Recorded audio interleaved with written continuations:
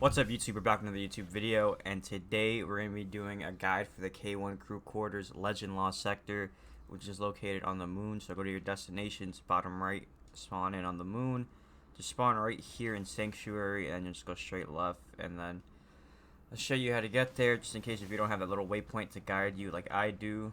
So spawn, straight to your left, and just follow the path, and then once you reach this area of the map right here, Archer's Line, just keep going this way, and then you just stick to the path on your right over here, just like that, and then now you'll be in the right area.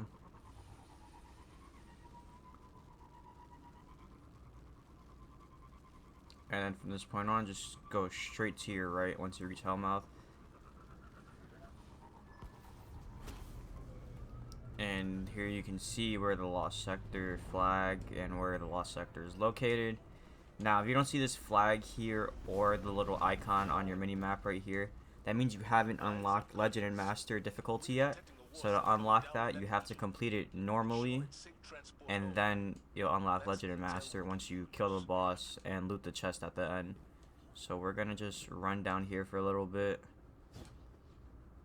because once you reach a certain point, it's gonna tell you that you're in the Lost Sector. So as you can see, K1 Crew Quarters. Run through this like normal, kill the boss, loot the chest at the end, and you'll then unlock Legend and Master difficulty for the Lost Sector. So we're gonna work our way back up here, and then we're gonna go over modifiers, and then we'll get into the loadout and then the gameplay. So let's work our way up here.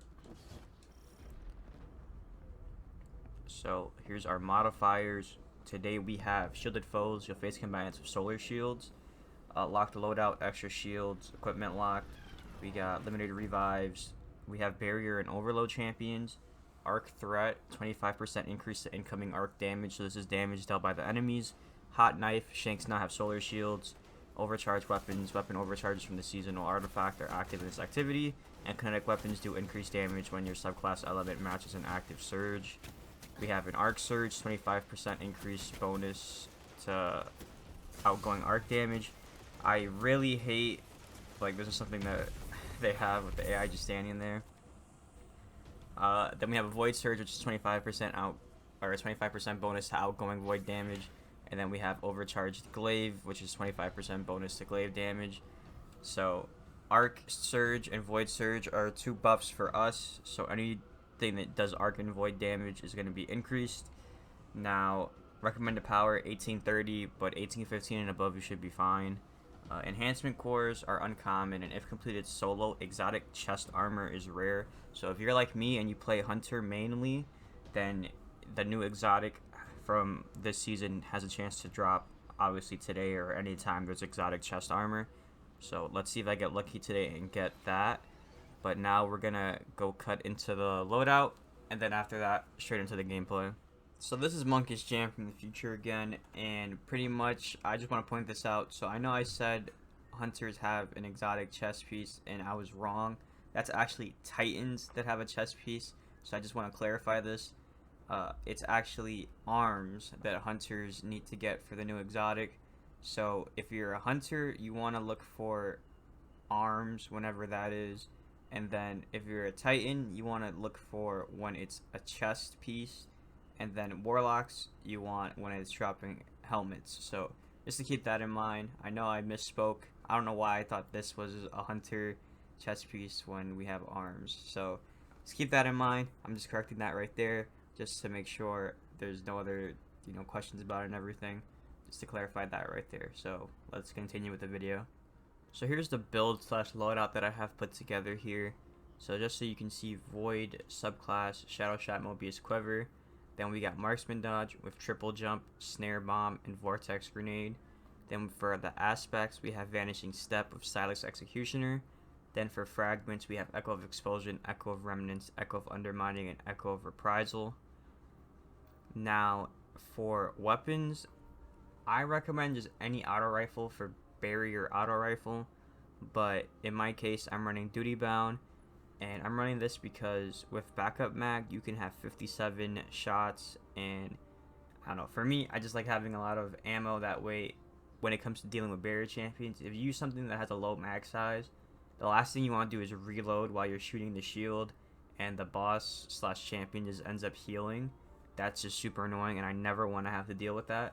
So I would much rather just have a large mag size to do, increased damage and whatever it comes to just shooting shields and stuff like that. So there's that.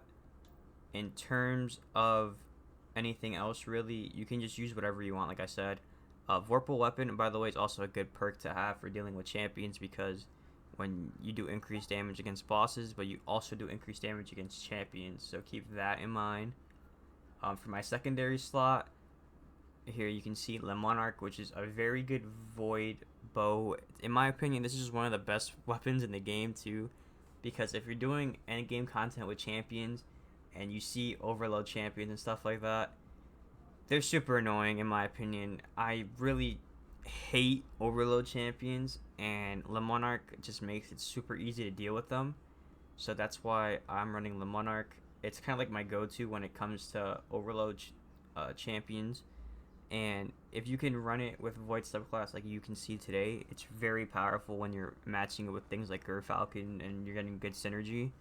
But that's why I'm running it for the intrinsic overload rounds that it has to stun champions.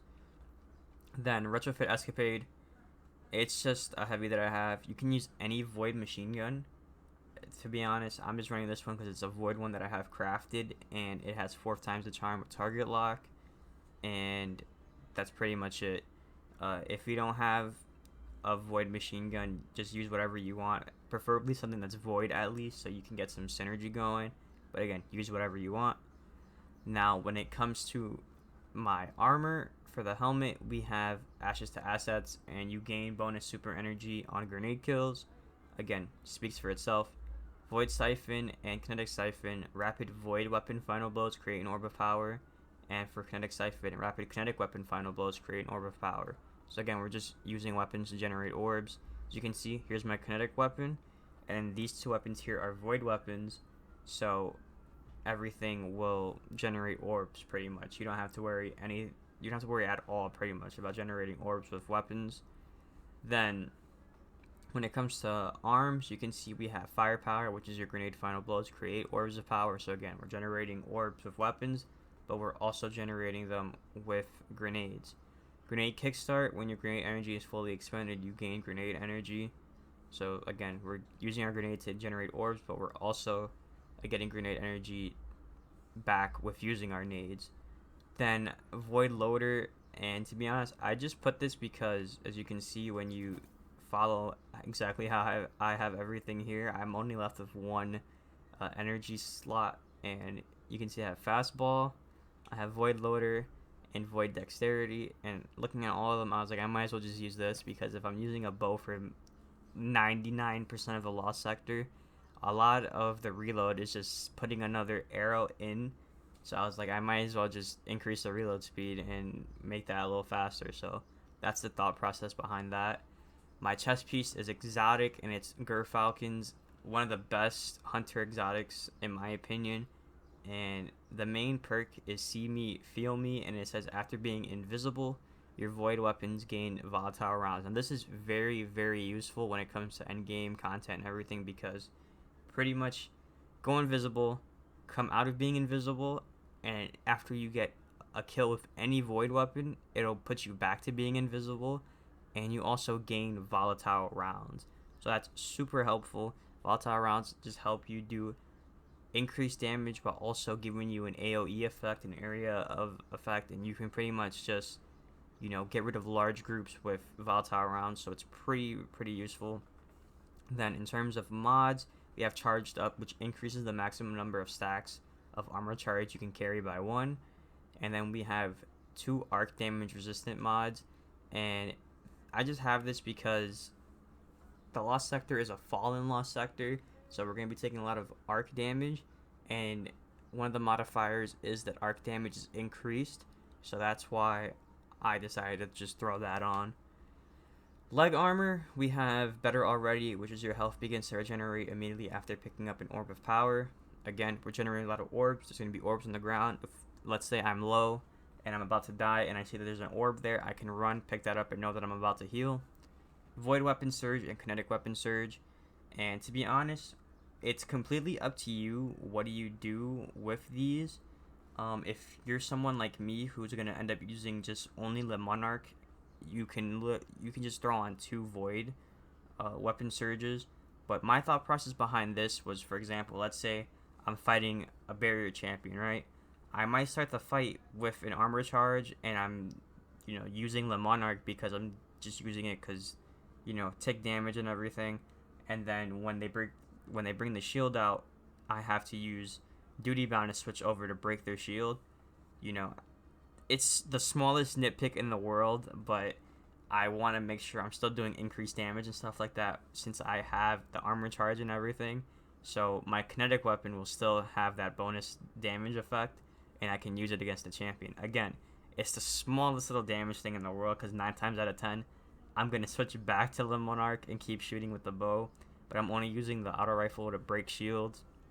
So again, in that case, you can still use both 2 of these Void Weapon Surges, but it's completely up to you. Use however your playstyle works best for you, but that's what I'm going to be using. Then in terms of my cloak, here you can see we have 2 time dilation mods, and this is your decaying armor charge, has a longer duration, and then this just helps to make sure we get pretty much every single second. We're really just trying to make use of our armor charge. And then Bomber, which reduces grenade cooldown when using your class ability. Again, speaks for itself. And then in terms of my artifact, right off the bat, if you're going to follow this, this is what I recommend doing. Get Anti-Barrier Auto Rifle, get Authorized Mods Void, get Unto the Breach, and then get Protective Breach, and then get Counter Charge. Those are the ones that I highly recommend you just get straight up. And then in terms of the ones that we're using in the activity, you can see authorized mods.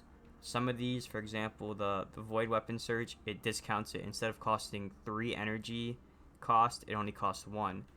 Things like Void Siphon, you can see this would usually cost 3 energy. It only costs 1 here. So you can see it's heavily just, discounting them. And then we have Unto the Breach, and this is defeating a Void debuff target creates a Void Breach by your Void subclasses equipped. Now, if you don't know what a Void Breach is, you're going to see them throughout the gameplay. It's like these little void lines or whatever. You pick them up, and pretty much they grant you class ability energy. This is super useful because if you want to constantly have your class ability recharge, that's going to be another way of doing it. So if you're a hunter like me, that'll work towards your dodge. If you're on Warlock, it'll help towards giving you more rifts, and if you're on a Titan, it'll help give you more barricades. So keep that in mind. Picking up a Void Breach gives you an overshield or refreshes your existing overshield. So now on top of that, not only are we going to generate them, but we're also going to get a bonus from using it by getting an overshield. So again, pretty useful. Then counter charge, you gain a stack of armor charge when you stun a champion. So we're constantly going to be having the, armor charges active, which when you have an armor charge active, then you have Void Weapon Surge and Kinetic Weapon Surge. So again, really great setup in my opinion. By all means, go ahead and use this. It's going to be it makes the activity really easy. It was surprising when I was recording this. So that's going to do it for the loadout and everything. But now we're going to switch over to the gameplay. So now that we've loaded in, right off the bat, this is your first room, and just so you know, that arc buff is going to be super annoying because, or I shouldn't say buff, yes, we have an arc buff, but the Fallen all use arc weapons, so every single arc weapon is going to do increased damage, so keep that in mind. But here you can see the Monarch is one of my favorite bows, especially when dealing with overload, so it's pretty easy to use and it's pretty simple, and it does make doing this a lot easier. As you can see, just keep spamming the overload champion and you'll not even have to use your heavy. So you can see, boom, And sometimes you don't even need to hit. Like, you can see like that. The remaining poison effect will stun the champion, so you don't even have to keep spamming arrow shots. But that's what I just do to help make it go a little faster. Obviously, any orbs you see you can pick up. If you're following the exact build / loadout that I have put together, your artifact mod that allows you to stun champions will give you an armor charge, so that's very helpful. So that way you get that little buff to void damage as well.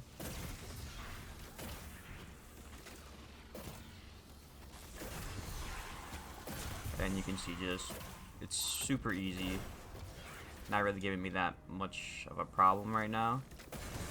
I just do recommend getting rid of these explosive shanks and this little void servitor, to be honest. Now this is a barrier champion, so at one point they're gonna, you know, bring their shield out and everything. And I want to tether, but I'm just trying to get the stun first, and there we go. Deal with these enemies. You can see that arc grenade that was right under me did a whole lot of damage.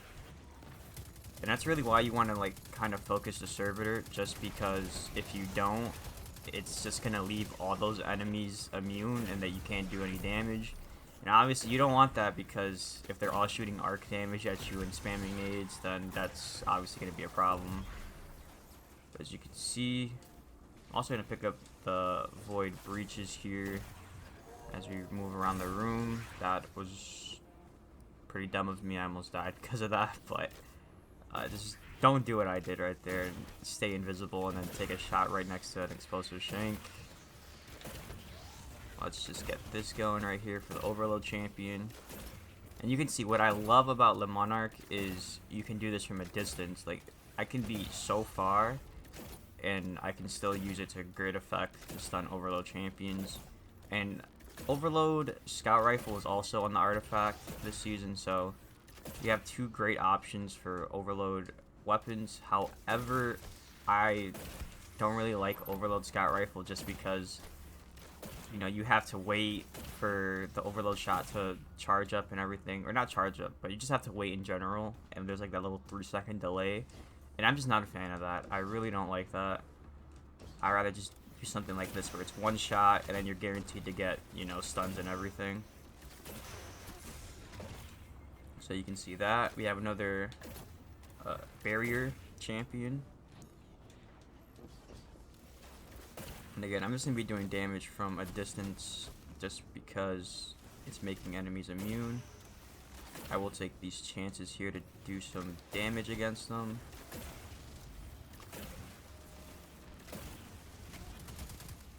Okay, that's pretty annoying.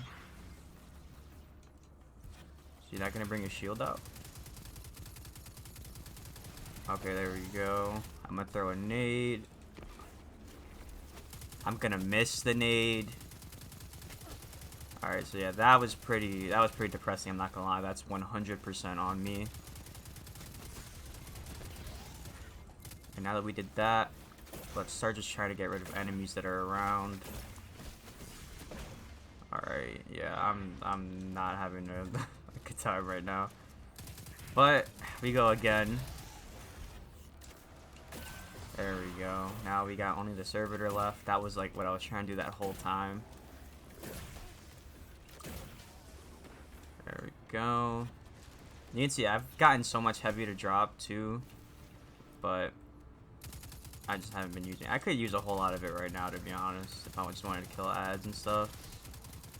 Let's just generate some orbs. And this is why I'm using a void heavy, because, you know, we're Gerfalcons and the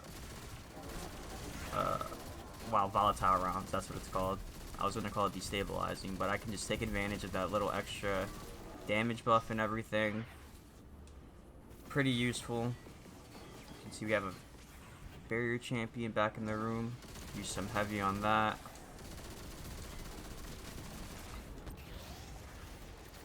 And that's also one thing I should point out too, is you saw how I did damage with the machine gun, because volatile rounds are useful against barrier champions. So you can see I don't even have to use my auto rifle.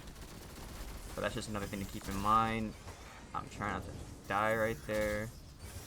Just shoot some tethers. Let me pick up this heavy brick.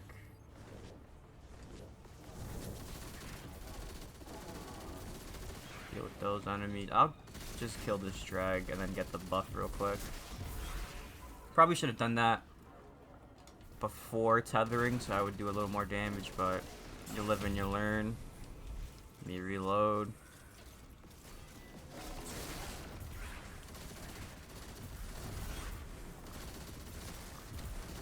Trying to hit only the crit, so that way I could, you know, get target lock and everything, but there we go. Pretty easy run, I'm not gonna lie. Pretty much like a 7-minute run. And I got another Gerfalcons, which I'm not mad about. I just wish I would have gotten the new exotic, but I'm probably going to try to farm this for the rest of the day to get a new exotic. At least I think it's for Hunter. I could be wrong, but 6 minutes, 45 seconds, not bad at all. If you're trying to farm, I highly recommend doing this one today. Pretty easy, especially with the Void subclass and everything that I got put together here. So that's going to do it for the video. Make sure to like, comment, subscribe. Drop a follow on my Twitch, twitch.tv/MonkishJam0, link in the description. I go live Monday to Fridays, sometimes on the weekends, but that's normally just if I feel like it. But yeah, if you drop a follow, greatly appreciate it. Stick to the channel for more Lost Sector guides and Destiny / Call of Duty news, and I'll see you guys in the next one. Peace.